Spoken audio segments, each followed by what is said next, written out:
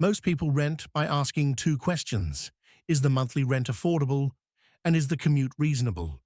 Foreigners in China need a third question before signing. How much cash does this apartment require before normal life even starts? This episode is not about accommodation registration compliance. That was episode 04. Here, the focus is rental cost, contract judgment, and landing cash. The first check is the upfront payment structure. In many rental situations, the tenant may need to pay a deposit plus several months of rent upfront. Common patterns can include 1 month or 2-month deposit and quarterly payment arrangements. That means a rent number on a listing does not show the real first payment. An apartment that looks affordable monthly may require a large cash outflow before the tenant even moves in. The second check is agency fees. If an agent is involved, the tenant may need to pay an agency fee in addition to rent and deposit. The fee structure can vary, and it should be understood before the foreigner decides the apartment fits their budget. The third check is property management and utilities. Monthly rent may not include management fees, water, electricity, gas, heating where relevant, internet, cleaning, parking, or other building charges. These are not always large individually, but together they can change the monthly and first-month budget. The fourth check is furniture and setup. Some apartments are fully furnished. Some are partly furnished. Some look furnished in photos, but still require bedding, kitchen items, cleaning supplies, routers, desks, lamps, or small appliances. For a foreigner landing with limited local support, these setup costs arrive at the same time as deposit, rent, agency fee, phone setup, transport, medical, and document expenses. The fifth check is temporary housing. The move-in date may not match the arrival date. If the foreigner arrives before the apartment is ready, hotel nights or serviced apartment days become part of the rental budget. These costs are often ignored when people compare only monthly rent. The sixth check is lease clarity. The contract should make clear who the parties are, whose name appears on the lease, what passport or identity information is used, when rent is due, what the deposit covers, who handles repairs, how early termination works, and how refund terms are handled. For a foreigner, name format and passport details can matter. Payment receipts and lease records may also become useful later for address and residence-related records. The seventh check is repair responsibility.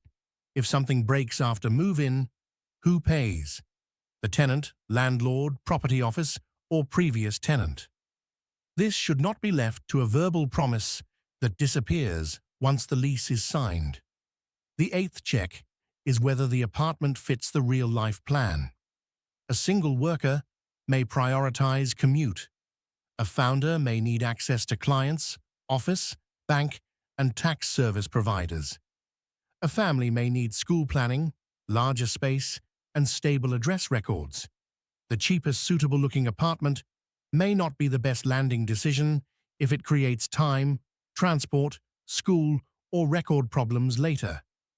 This is what the rental decision looks like when the file is checked late. A foreign worker chooses an apartment because the monthly rent looks reasonable. The listing shows a number that fits the salary.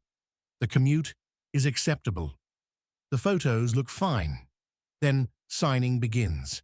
The worker pays a deposit, several months' rent upfront, an agency fee, property management charges, internet setup, cleaning, basic furniture, and extra hotel nights while waiting to move in. The monthly rent was affordable. The landing cash requirement was not. The problem was not that the apartment was bad. The problem was that the tenant compared monthly rent instead of total first-month cash. Here is the framework to save. Rental check. 1. Upfront payment. How many months of rent and deposit are needed before move-in? 2. Agency and property fees. What costs sit outside the rent number? 3. Lease clarity. Do the parties, passport details, payment terms, refund terms, and repair terms match the real arrangement? 4. Furniture and utilities gap. What must be bought, connected, repaired, or paid before normal life starts? 5. Refund and repair terms. Can the tenant exit or recover deposit under clear conditions? The lesson. Renting is not only a monthly cost decision. For foreigners landing in China, it is a cash flow, contract, address, and lifestyle decision. Before signing, it helps to compare three numbers. First, the advertised monthly rent. Second, the amount needed before move-in. Third, the amount needed before the first normal salary cycle or business income arrives. These three numbers can be very different. The advertised rent may look comfortable, while the true landing cash includes deposit, advance rent, agency fee, hotel nights, utilities, furniture, repairs, phone setup, transport, and small household purchases. This is why a rental decision should be checked against the full landing plan, not only the apartment listing. For families, add one more layer.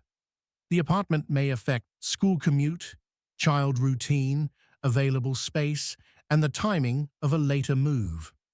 A place that works for 1 month may be wrong for a school year. For founders, the apartment may also affect commute to the office, bank visits, tax service providers, and client meetings. So rental choice should fit the whole first stage of life in China. Rent is only one number.